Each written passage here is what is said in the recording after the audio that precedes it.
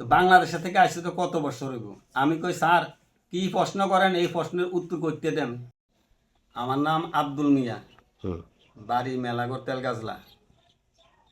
তো আমি 2022-এ পাসপোর্ট করছি বাংলাদেশ আসা যাওয়ার লাগিয়া। কিছু আত্মীয় স্বজন আছে বা গুরুন গারণ লাইয়া করছি। তইলে আমি এই পাসপোর্টটা দিয়া 2বার বাংলাদেশ গেছি। 2বার বাংলাদেশ গেছি, আইসি, কোনো প্রবলেম হয়েছে না, কোনো দোষ তারা ধরছে না, কইছেও না। আমি এই 3য়বার জনে পদ দিছি 3বারের সময়। কবে দিছিল? গত রবিবারে।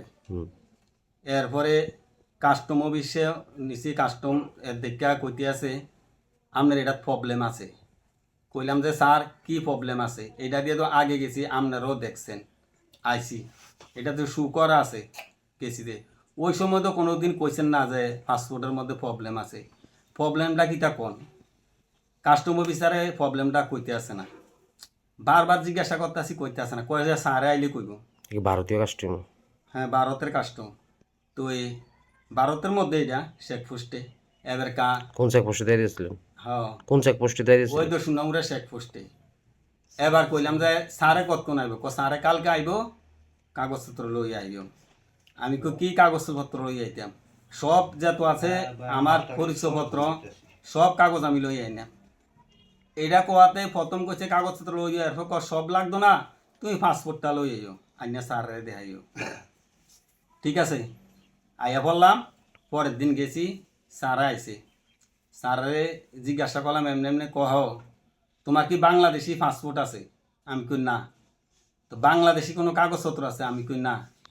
তো বাংলাদেশের থেকে আসছে তো কত বছর হইব? আমি কই স্যার কি প্রশ্ন করেন, এই প্রশ্নের উত্তর করতে দেন।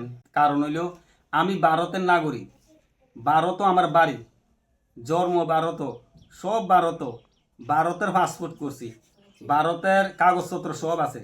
বাংলাদেশি কিটা আমার কাছে এটা কিচ্ছু নাই। এটি প্রশ্ন করলে তো উত্তর আমি দিতে পারতাম না, যে কারণে বাংলাদেশে তো কিচ্ছুই নাই আমার, আমি উত্তর দেন করতে কেমনে গেছে। যাও, এবার কইতে আছে তুমি বাংলাদেশি। ঠিক আছে, অন কিটা করন, তুমি বুধবারে আইও। আগরতলা থেকে যে স্যার আইছে তাই নিয়ে কইতেছে বুধবার আইও। তো বুধবারে গেছি আরে স্যারও এই কথাই কইল। এবার কইতে আছে আজকে হইতো না, বুধবারে গেছি আরে আজকে হইতো না, আমার মনে নাই তোমার আইতা বললা কইছি, আমি তো যাইতাম পারছি না, তুমি সোমবার দিন আইও।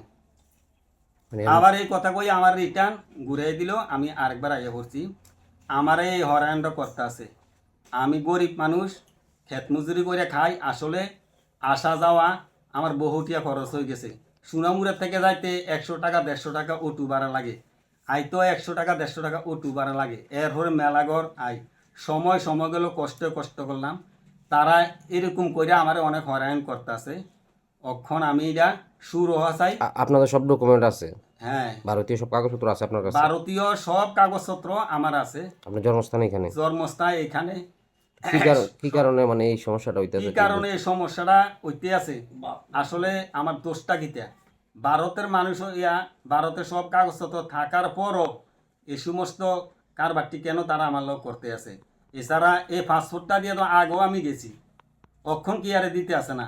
আগে তো কইছে না আমি বাংলাদেশি, অক্ষণ কেন কইতে আছে আমি বাংলাদেশি? সরকারের কাছে আমার এটা আবেদন, এটা সমস্যাটা সমাধান চাই। আর কীভাবে আমি যাতায়াত করতাম পারি বাংলাদেশ। অনেকের অনেক আস্থায় একটা দেশ চাওয়ানো ভালো, দেশ চাওয়ানোর লাগিয়া পাসপোর্ট করছি। এই হালকা কিছু আত্মীয় স্বজনও আছে প্রত্যেকের এরকম ঠাই। কীভাবে আমি আইতাম যাইতাম পারি, এটা সরকারের কাছে আমার একটা আবেদন, আমার কিছু একটা সরকারে করে দেব।